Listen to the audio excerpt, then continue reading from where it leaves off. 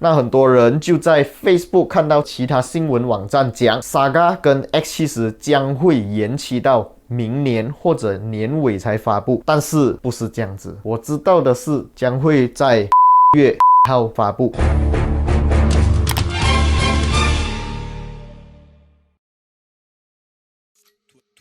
Yo, what's up？ 欢迎回来 Rider ATH， 我是阿豪 ATH。今天这一集呢是一个比较及时的新闻消息啊，也顺便可以回复一些网友的疑问。就是我的 Facebook page 最近就有收到一些信息，就问我，因为6月过后这个免 SST 的这个购车方案啊 ，Tax Holiday 将要结束，所以买车呢价钱就会比较贵一点点。很多人就问我，是不是我现在下定，现在4月嘛，6月前下定，那如果我的车是在7月、8月才等到的话，价钱是跟现在还是跟到时候有包括 SST 的价钱呢？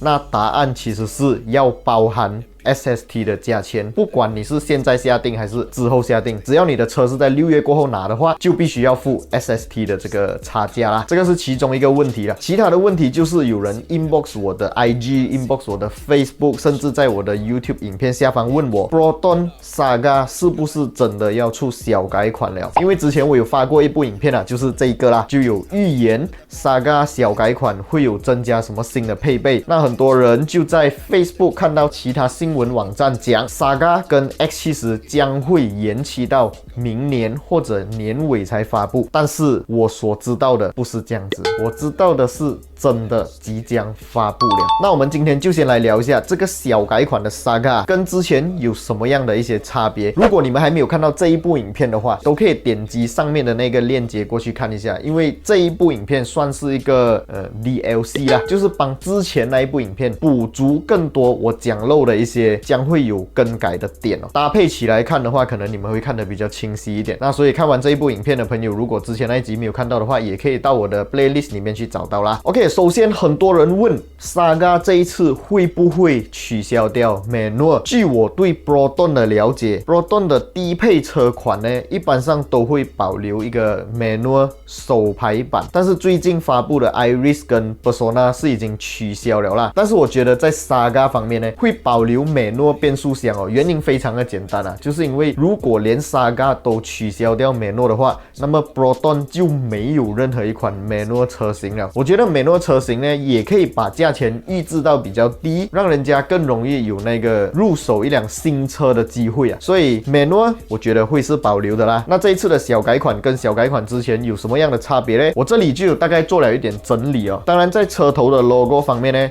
将会换上全新的圆形 logo。Manual 版本呢，我觉得会用跟之前一样的14寸的铁 rim， 当然不会像以前那种2000年时代给你一个没有上色的 bumper， 最基本的颜色整台车身都是一样的啊 ，bumper 也是车身颜色啦。当然也有很多人很期待这一次 Saga 小改款会换上全新的 LED 灯组哦。我可以跟大家肯定的打包票，不会有 LED 灯组，因为就连 Iris 跟 Persona 都要到最顶配才会有 LED 灯组，所以 Saga 我觉得全车系都不会有 LED 灯组啦。OK， 讲完 1300cc Standard Manual， 我们现在来讲一下 1300cc Standard Auto。OK， 这一次还是一样是 Auto 啊，就是 4AT 而不是 CVT 啦。以 Proton 一向来的销售方式啊，我觉得 Standard AT 呢将会是用14寸的 Sport Rim， 不是15寸啊，15寸应该会留给更加高阶的车型啦，好像 Premium 啊之类的。至于跟小改款之前会有什么样的差别呢？我觉得最大的差别就是这一次会增加 ESC Electric Stability Control、TC Traction Control， 还有 Hill Hold Assist， 这个是会加入在这一次的 Standard 4AT 的 Saga 上面啦。那 Premium 版本会有什么样的提升呢？跟之前也不会有太大的差别，会有一个15寸的 Alloy Sport Rim，Daytime Running Light 这个 DRL 是之前就已经有的，所以我觉得也是会保留下来啦。在之前的 Premium 版本啊，有一个悬浮式的 Touchscreen 哦，我觉得这个悬浮式的 Touchscreen 啊会换掉，会换成一个应该是一个7寸还是8寸这样子的 Touchscreen 荧幕啦，因为之前那个荧幕虽然它的那个悬浮式设计我觉得是蛮美啦，但是它的边框太厚太粗了，我觉得还蛮阳春的。小改款嘛，应该会把这个 head unit 换掉啦。当然有了这个有荧幕的 head unit 就会有 reverse camera 啦，因为之前也是有 reverse camera 嘛，这个不可能 cut 掉啦。就是我觉得它会在原本有的这个基础上做到一点点的提升，来让这个小改款有那个市场竞争力啊。但是我之前收到的一些小道消息是讲这一次的 Saga 会有更多的进阶的一些科技元素好像 push start button 啊 keyless entry 啦之类的东西呢，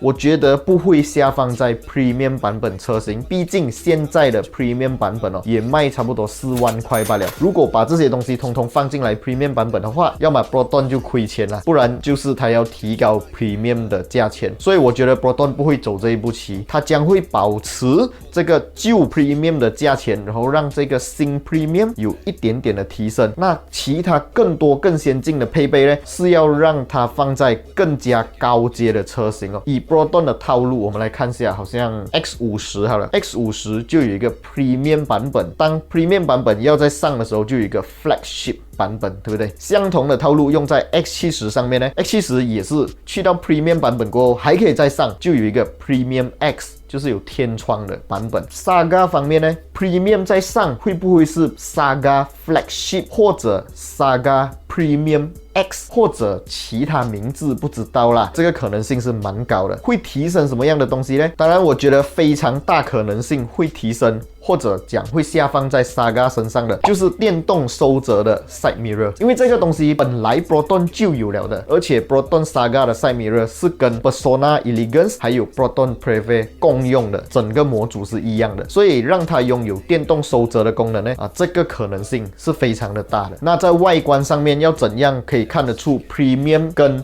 这个就叫它 flagship 版本的 Saga 吧，有什么样的一个外观上的差别呢？最容易办到的就是 Dual Tone 但是我觉得 Sedan 车 Dual Tone 会很丑啦，所以 Proton 应该不会走这一步棋，而是让这个 Saga 拥有 Body Kit 也就是最顶配的 Saga 会有 Skirting 啦。这种套路，这种做法，之前的 Proton 也时常做，现在的其他的车商也会用这一种方式来让顶配的车型跟比较低配的车型看到一个外观上的区别啦。然后刚刚我们提到 Premium 版本是一个15寸的 Sport Rim 嘛，那这个顶配版本的会不会是一个16寸的 Sport Rim 呢？我觉得不会。之前我们在上一部影片看到的谍照我觉得那个还是15寸来的，只不过 design 跟 Premium 版本的 design 是不一样的啦。那外观方面大概就是这样子的差别。Interior 方面呢，在最顶配版本把 meter 换成另外一种 design，或者在 meter 里面增加一些比较 premium 的元素是有可能性的，就好像现在它的竞争对手 Perodua Myvi 只有 AV 版本的 Myvi 中间有一个彩色小萤幕，其他版本的都是黑白的那一种 LCD， 所以这一次 Proton Saga 最顶配会不会有彩色萤幕呢？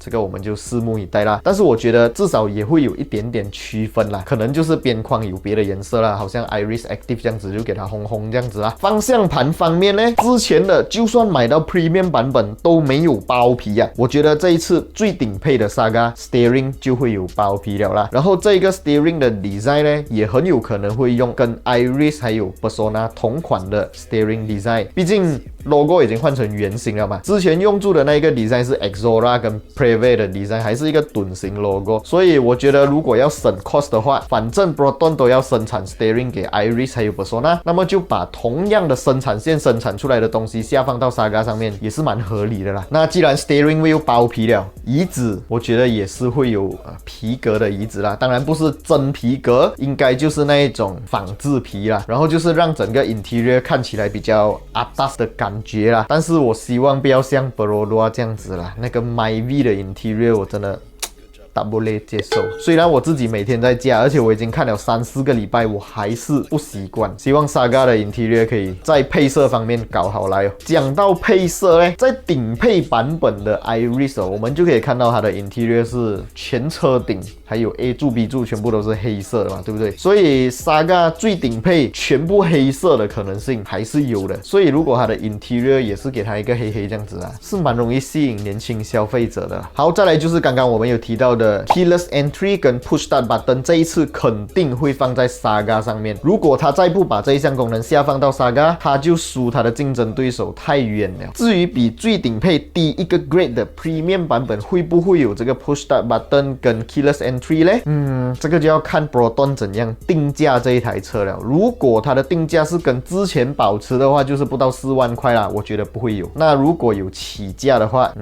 有这一项功能也是蛮合理的啦。但是我觉得 Proton 应该不会这样做。它只会把这个东西放在最顶配版本啊，就是让有这一项需求的人花多一点钱去买，而不是让那些想要拥有便宜车但不 care 这些功能的人反而要多花钱去买它的比较 low spec 版本的 Saga 车型啦。至于其他细节方面好像那个冷气的操控界面啊，你看 Iris 跟 Persona 都已经换成那个旋钮式的，然后中间有点像那种钢琴按键式的，会不会下放到 Saga 上面呢？这个可能性也是有的，但是我觉得会比 Iris 还有 Persona 那个来的阳春一点啊，毕竟这一款车型就不是主打 high end 嘛，对不对？但是它原本的那个转冷气的那个东西就真的是很老牙啦，看起来也很丑，所以这一次会把这个东西换掉也是很有可能啊。OK， 至于发布日呢，会是在什么时候？我个人推测将会在4月里面，4月几号我真的不知道，完全就是凭着我对 Proton 的了解，还有